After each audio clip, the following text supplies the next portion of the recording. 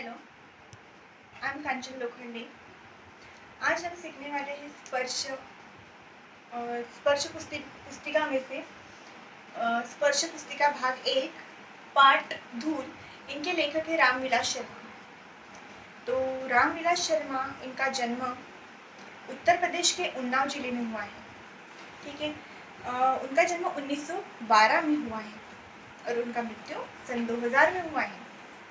रामविलास शर्मा ने धूल यह पाठ लिखा है। इसमें धूल का हमें उन्होंने महत्व समझाया है। धूल पाठ में प्रस्तुत पाठ धूल के लेखक प्रगतिशील आलोचना के सशक्त हस्ताक्षर रामविलास शर्मा यह है। यह पाठ धूल की महिमा एवं महात्मा उपयोगिता का बखान करता है। धूल पाठ में लेखक ने हमें भौतिक रासायनिक महत्व तो समझाए हैं, उसके साथ में धूल पाठ में हमें सांस्कृतिक महत्व का भी उन्होंने महत्व समझा के दिया है। ठीक है। जैसे हमको पता ही है कि रामविलास शर्मा, इनका जन्म 1912 में उन्नाव जिले में हुआ है। तो उन्होंने अपनी जो प्रारंभिक शिक्षा है वह प्रारंभिक शिक्षा उन्होंने गांव में पूर्ण की है, ग्रामीण भाग में उन्होंने पूर्ण की है। उसके बाद उन्होंने उच्च शिक्षा के लिए वह लखनऊ गए। लखनऊ में उन्होंने उच्च शिक्षा प्राप्त की। उच्च शिक्षा प्राप्त करने के बाद उन्होंने विश्वविद्यालय में उच्च शिक्षा के बाद उन्होंने अंग्रेजी में एमए किया। एमए की पदवी उन्होंने प्राप्त करने के बाद उन्होंने विश्वविद्यालय में नौकरी की। मतलब वहाँ पे अंग्रेजी विभाग में उन्होंने अंग्रेजी पढ़ाने के लिए प्राध्यापक की नौकरी की। प्राध्यापक की नौकरी करते समय उन्होंने अपनी पीएचडी की पढ़ाई भी जारी रखी और इस समय उन्होंने प्राध्यापक की नौकरी करते समय पीएचडी की पढ़ाई साथ में पीएचडी की पढ़ाई भी की और उन्होंने अपनी पीएचडी की उपाधि प्राप्त की। रामविलास शर्मा, इन्होंने कविता संग्रह, आत्मकथा तथा नाटक, उपन्यास लिखे हैं। तो उनका कविता संग्रह है बुद्ध वैराग्य और प्रारंभिक कविताएं, सदियों के सोए हुए जाग उठो। आत्मकथा है उनकी अपनी धरती अपने लोग तथा पाप के पुजारी, यह उनका नाटक है। और उपन्यास है 4 दिन। अभी हम देखने वाले हैं पाठ का सार।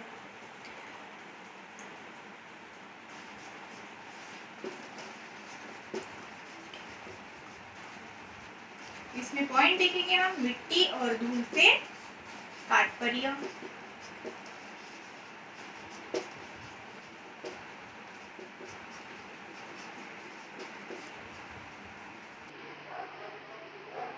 तो आज हम धूल इस पाठ की शुरुआत करने वाले हैं।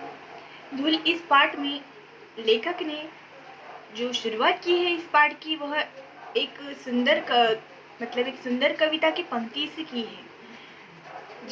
जो पंक्ति मैं अभी तुम्हें बताने जा रही हूँ, जिसके कारण धूली भरे हीरे कहलाए। जिसके कारण धूली भरे हीरे कहलाए। लेखक का कहना है जिसके कारण धूली भरे हीरे कहलाए। यह पंक्ति में एक गुपित अर्थ हमें समझ में आता है। जैसे कि लेखक ने कहा है, हीरा जब धूल में भरा हुआ होता है तो भी उसका महत्व कम नहीं होता है, वह अधिक सुंदर लगता है। वैसे ही जो छोटे छोटे बच्चे होते हैं वह धूल में खेलते हैं, धूल से अपने शरीर को खराब कर देते हैं, लेकिन वह बच्चे फिर भी धूल में भरे हुए अपने माता पिता को सुंदर लगते हैं।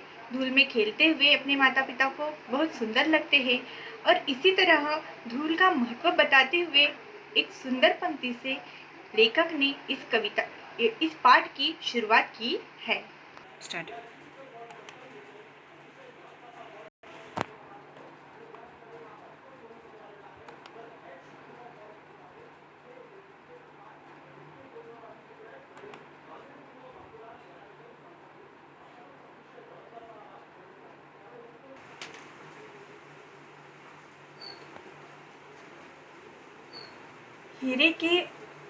हीरे के प्रेमी तो शायद उसे साफ सुथरा और खरादा हुआ मतलब सुडौल और चिकना बनाया हुआ पसंद करेंगे। आंखों में चकाचौंध पैदा करता हुआ देखना पसंद करेंगे। जो हीरे के व्यापारी होते हैं वो हीरे को साफ सुथरा और चकाचौंध मतलब आंखों में हमें आकर्षित करने वाला वैसा ही जौहरी जो होता है वो पसंद करेगा हीरे को, क्योंकि हीरा जो है एक मूल्यवान चीज़ है और इसे सब पसंद करते हैं। तो हीरा कैसा दिखना चाहिए? आँखों में चमक पैदा करने वाला, या फिर आँखों को आकर्षित करने वाला। परंतु हीरे से भी कीमती जिस नयन तारे, आँखों के तारे का जिक्र इस पंक्ति में किया हुआ है, वह धूली भरा ही अच्छा लगता है, जिसका बचपन गांव के गलियारे की धूल में बीता हो। वह इस धूल के बिना किसी शिशु की कल्पना भी हम कर नहीं सकते हैं। फूल के ऊपर जो रेणु धूल, मतलब फूल के ऊपर जो मिट्टी बैठती है, मिट्टी धूल उड़ती है, तो वहाँ उसका श्रृंगार सजावट बन जाती है। मतलब वह फूल अधिक सुंदर दिखने लगता है हमें, अधिक उसकी सुंदरता वह धूल बढ़ा देती है। वही धूल शिशु के मुंह पर जब लगती है तो सहज उसकी पार्थिवता मतलब मिट्टी संबंधी, मतलब अगर वो धूल छोटे बच्चों के मुंह पर खेलते समय लग जाती है तो वो उसका मुंह और भी निखार देती है। हमारी सभ्यता इस धूल के संसर्ग से बचना चाहती है, वहाँ आसमान में अपना घर बनाना चाहती है। इसीलिए शिशु भोलेनाथ से कहती हैं, धूल में मत खेलो, भोलेनाथ के संसर्ग से उसके नकली सलमे सितारे धुंधले पड़ जाएंगे। जिसने लिखा था, धन्य धन्य है वे नर, मैले जो करत गात कन्या, लगाए धुरी ऐसे लरिकान की। लेखक ने यहाँ पर जो कविता की पंक्ति ली है, धन्य धन्य है वे नर, मैले जो करत गात कन्या, लगाए धुरी ऐसे लरिकान की। अभिजात कुलीन ने प्रसाधन सामग्री, श्रृंगार की सामग्री में बड़े बड़े आविष्कार किए, लेकिन बालकृष्ण के मुंह पर छाई हुई वास्तविक गोधूली शाम के समय जंगल से लौटते हुए गायों के खुर से उड़ती, खुर मतलब गाय के जो पैर होते हैं, गाय के पैर से उड़ती हुई धूल की तुलना में वह सामग्री क्या धूल नहीं हो गई? यह प्रश्न कवि पूछते हैं। हमारी सभ्यता इस धूल के संसर्ग यानी संपर्क अभी आप समझ सकते हो, अभी क्या चल रहा है? कोरोना वायरस चल रहा है। तो संसर्ग से, किसी व्यक्ति के संसर्ग में आने से ये वायरस फैलता है। उसी तरह लेखक का कहना है, लोगों का ये कहना था कि संसर्ग में आने से, संपर्क में से आने से बचना चाहते हैं। मतलब ऐसे धूल भरे लोगों के संपर्क में आने के लिए लोग बचना चाहते हैं। वह आसमान में अपना घर बनाना चाहते हैं। इसीलिए शिशु भोलेनाथ से कहती है, धूल में मत खेलो, भोलेनाथ के संसर्ग से उनकी नकली सलमे सितारे धुंधले आने अर्थात फीके पड़ जाएंगे, उनके कपड़े गंदे हो जाएंगे, उनके वस्त्र मैले हो जाएंगे, इसलिए वे ऐसा कहते हैं। उन्होंने जिसने लिखा था, धन्य धन्य है वे नर, मैले जो करत गात कन्या यानी गोद, लगाए धुरी ऐसे लरिकान यानी धूल भरे बच्चे को लरिकान कहा गया है कि उसने भी मानो धूल भरे हीरो का महत्व करने में कुछ उठाना रखा हो। जिसने लिखा था, धन्य धन्य है नर, मैले जो करत गात कन्या, गोद लगाए धुरी ऐसे लरिकान धूल से भरे बच्चे, लरिकान यानी धूल से भरे बच्चे, कि उसने भी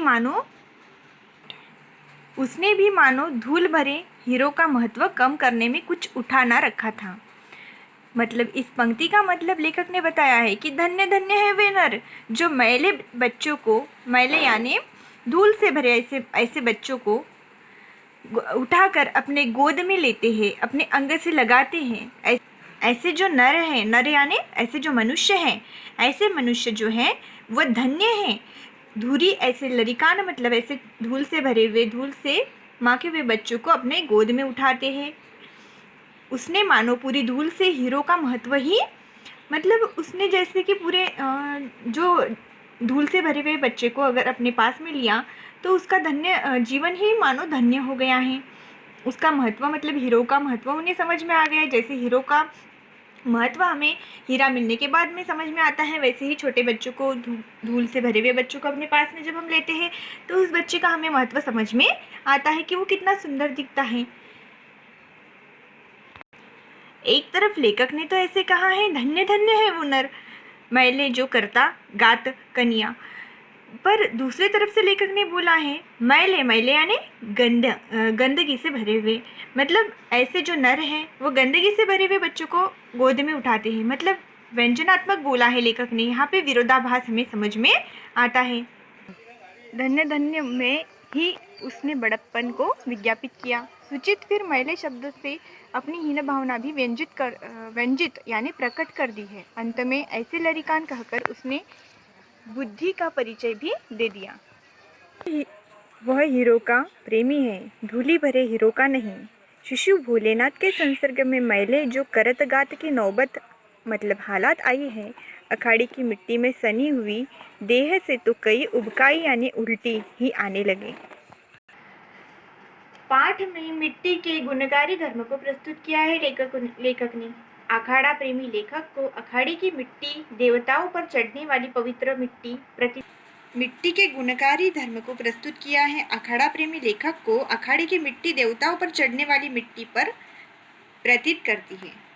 यह धूल साधारण धूल नहीं है, बल्कि तेल और मट्टे से सिजाई हुई मतलब जिसको